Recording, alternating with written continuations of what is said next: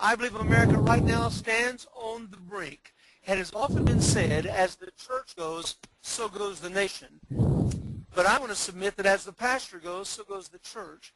There may be some, and hopefully there are some pastors on the line.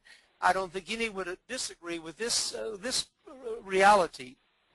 You can fairly well listen to a preacher preach for a few weeks and find out where his emphasis is, and before long the church begins to mimic or to pattern that pastor's emphasis. If he is a great soul-winning pastor, the people get excited about soul winning.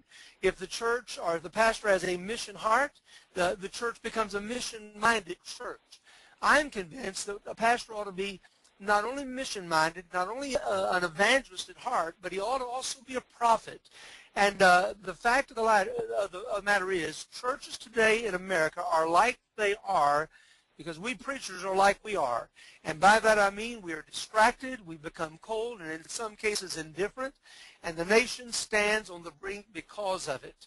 I believe there's reasons for America's ruin. America right now is collapsing morally because of the silence of our pulpits. I believe that America right now has a preacher problem. I remember when I started this effort of mobilizing pastors that I met with two giants of the faith, one being Jim Dobson, who is a dear friend and a man that I've listened to for years, and much of what I'm doing is a result of being in the troops, like many of you listening tonight, listening to others speak. I would listen to Jim Dobson, and when he'd say, "Where are the preachers?" I'd shout back at the radio, "Well, here I am. Send me. I'll do what I can do." I sat down and talked with him early on, and he said to me, he said, "Rick," he said, "I'm grateful for what you're trying to do, but frankly, I've pretty well given up. Pastors just aren't going to get engaged." It wasn't a month after that that I had the privilege of meeting with Don Wildman, and I'm talking 10 or 12 years ago. And Don Wildman said exactly the same thing. He said, "Rick, I've given up. Preachers just primarily across the board aren't going to do what has to be done to save this country. But I have been called, and I am committed in my part of this moral battle to standing up and continuing to say, 'Preacher, come join me.' At the conference, I'm going to be calling preachers to stand in the place of public policy." I believe the answer to every problem that America has is a vibrant New Testament church. It is the only hope for this country being saved at this juncture.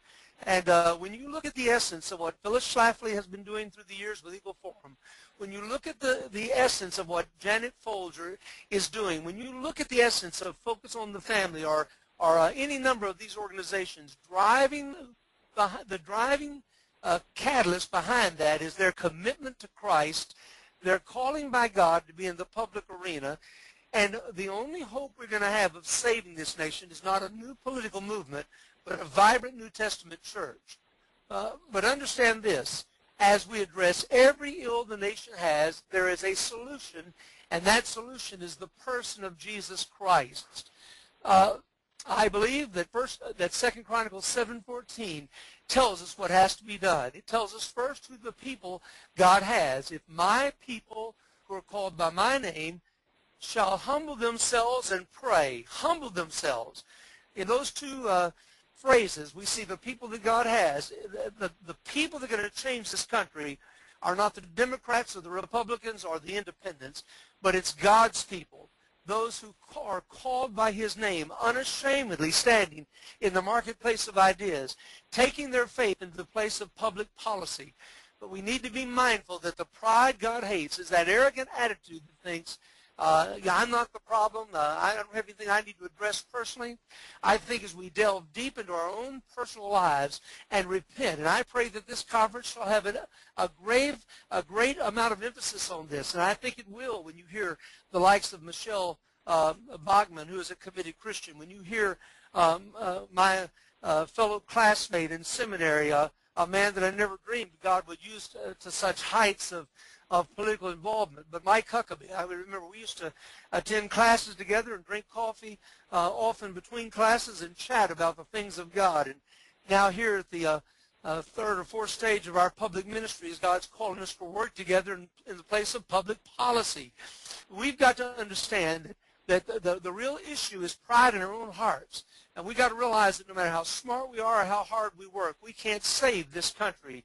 But having said that, there's always a political component to real revival. We need to remember the people God has, the pride God hates, and the prayer God hears.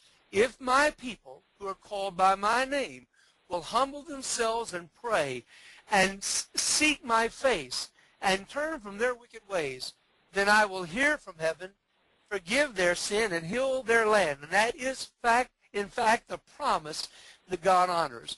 Can you imagine, beloved, if we came together in this place for training, for challenge, but at the same time, if we fell on our faces as a body of participants on the grander scheme of this country, if we fell on our face at that conference and said, oh God, send revival and let it start with me, and then got up off our face with the training we will receive and the tapes that will be provided, then go back and all of us recruit hundreds of others like us, people in our churches, people in our spheres of influence. By next spring, in the spring of 2010, we could turn out the infidels. We could raise up a new standard. We could help people like Michelle Bachmann be returned to Congress, and we could get rid of those who play like they love God but don't. We literally could see this nation changed. You know, all of my life as a preacher, I've heard about great revivals of the past, and I've read about them. But God knows, as a 59-year-old warrior who's been involved in this culture war now for 30 years, I want to tell my children about the revival that came in my lifetime. I don't want to just live in the history books. I don't want to just read about revival. I want to see God move in this nation. I believe God, more than anyone on this call, wants to take America, breathe fresh life into her, and then raise up a new standard of holiness, righteousness, out of which could come a giant force for goodness across the spectrum of this whole world. The facts are, God has never needed a majority. God always works through a dedicated minority. And God does his best work right after a crucifixion. And some of us, after the 2008 election, felt like that righteousness was at its lowest ebb. But isn't it interesting? With Obama controlling so much of the resources, with him stealing from the American people through these various quick fixes that don't work. They're nothing but graft, corruption, and stealing from the productive ones in our society. That now, right after we all thought that this thing couldn't be turned around, the polling data reflects that the majority of Americans are now seeing that this is not the change that he was so openly speaking about, and that they put their blind faith in just a few months ago. God does his best work right after a crucifixion. Now is the time when the church must come together and say, as I've said in that book, enough is enough. The strategy, here it is, and it's simple. Stand up, speak up, and refuse to give up. That is the mantra of Vision America. That'll be the heart of what I say in my presentation at this conference. And it's what you and I have got to do now. We've got to stand up for what we believe in. We've got to speak up against the evil that's encroaching our land, exposing the Marxist philosophy that's driving the Obama agenda, and then say we're not going to stand for any more ground to be given up. This is where we draw our line in the sand.